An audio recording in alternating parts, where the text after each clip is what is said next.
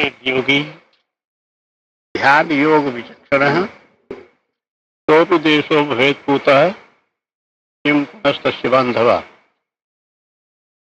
ये एक शास्त्रीय नियम चलता है।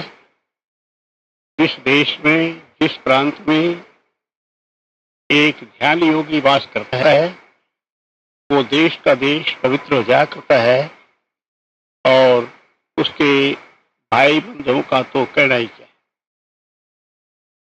यही कारण है कि भक्तों की गाथाओं के अंदर प्रहलाद के 21 पुरुषा तर गई, अर्थात 21 वंशावली की 21 पीढ़ियां एक प्रहलाद के कारण सबका उद्धार हो गया। तो प्रहलाद का आत्मसमर्पण ईश्वर के अंदर था। इसके फलस्वरूप जिसके प्रति उसके मन में संकल्प आया उसका उद्धार होता है।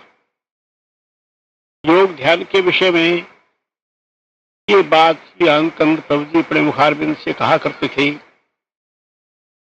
मूलाधार कमल के अंदर जो लोग संयम कर लेते हैं, गुरुदेव की आज्ञा को सामने रख करके उनकी बताई विधि के अनुसार जो संयम कर लेते हैं, उसका फल ये निकलता है, यम यम चिंतयते कामम तम तम प्राप्नोति निश्चितम।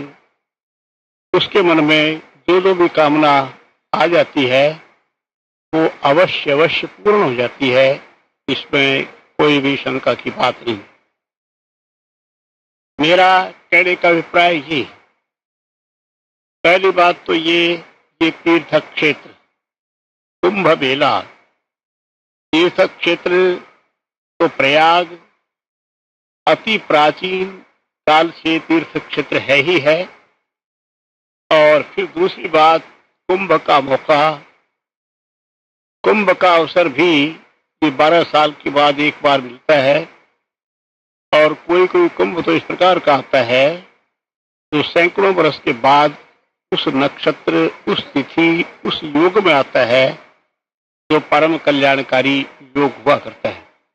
हमारे पूर्वजों ने जिन सिद्धांतों का निश्चय किया वो सिद्धांत हैं। सिद्धांत उसको ये कहते हैं, सिद्धांत उस वस्तु को कहा जाता है सिद्धो अंत निष्पन्न, जैसा सिद्धांत जो बिल्कुल यथार्थ सत्य बात हो उसको सिद्धांत कहा जाता है। वैसे मन कल्पित सिद्धांत तो मनुष्य राजस तामस भाव वाले, जैसे जिसके मन के अंदर भावना आती है वो अपने सिद्धांतों को वैसे बढ़ा लेते।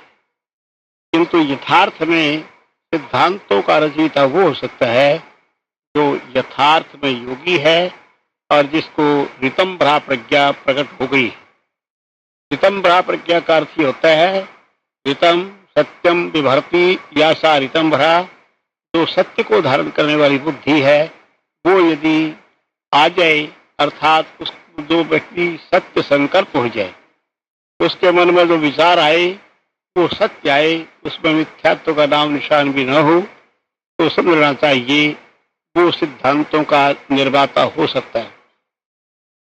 हमारे सिद्धांत हमारे ऋषि मुनियों ने बनाए और ऋषियों तत्व दृष्टारा, ऋषि कहते ही उसको हैं जो तत्व दृष्टा हो, यथार्थ का ज्ञाता हो।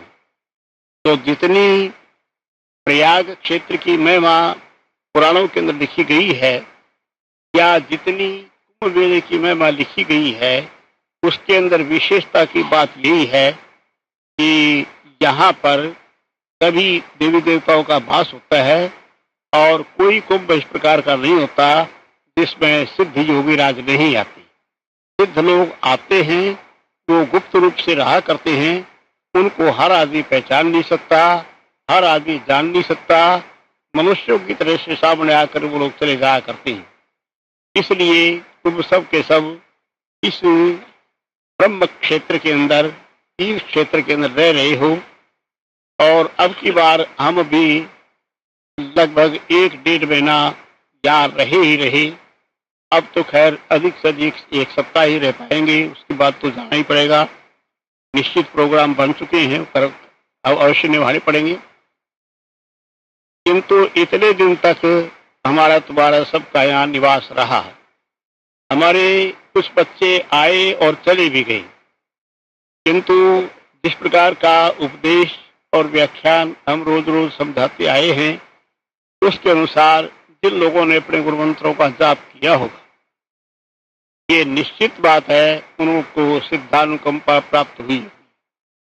सिद्ध लोग देख लेते हैं कौन क्या कर रहा है, उसके पर उनकी अनुकंपा, उनकी कृपा हो जाया करती है, वो सहायता मिल जाती है, जिस सहायता के कारण उनका उत्थान हो जाया करता है, कल्याण की ओर चली जाती। दूसरी बात, सब बात तो श्री आनंद प्रभु जी की कृपा ही। श्री प्रभु जी सिद्धों के महासिद्ध हैं, इसमें कोई शंका ही नहीं। मैंने तुम्हें कई बार बतलाया था कि ऋषिकेश में रहने वाले केशवानंद जी अवधूत अंतर्दृष्टा थे। उन्होंने मुझसे कहा था कि ये लोग तो हिमालय को कभी छोड़ते ही नहीं, इतने बड़े महापुरुष यहाँ पृथ्वी पर आए तो कैसे आए, ये लोग तो हिमालय को छोड़ते ही नहीं। ये केशवानंद अवधूत की वाणी थी।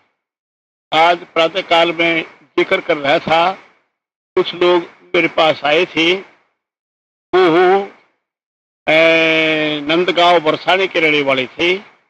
मैंने थोड़ा सा जिक्र किया बरसाने की बाबत किशोरीदास भंडारी का।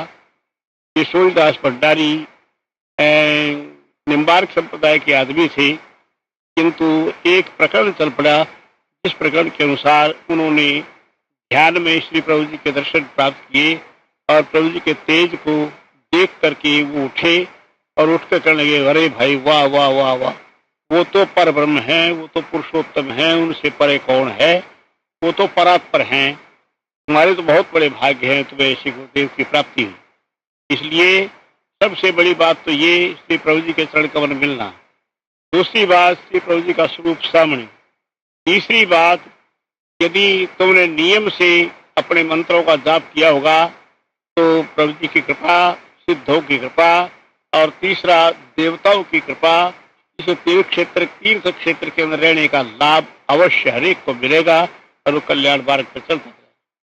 अब 4-6 दिन हम लोग यहाँ रहने के रहे, उसके बाद तुम सब भी चले जाओगे, हम भी चले जाएंगे। अन्य अन्य कार्य जैसी प्रभु जी की आज्ञा है के अनुसार कार्यक्रम करेंगे।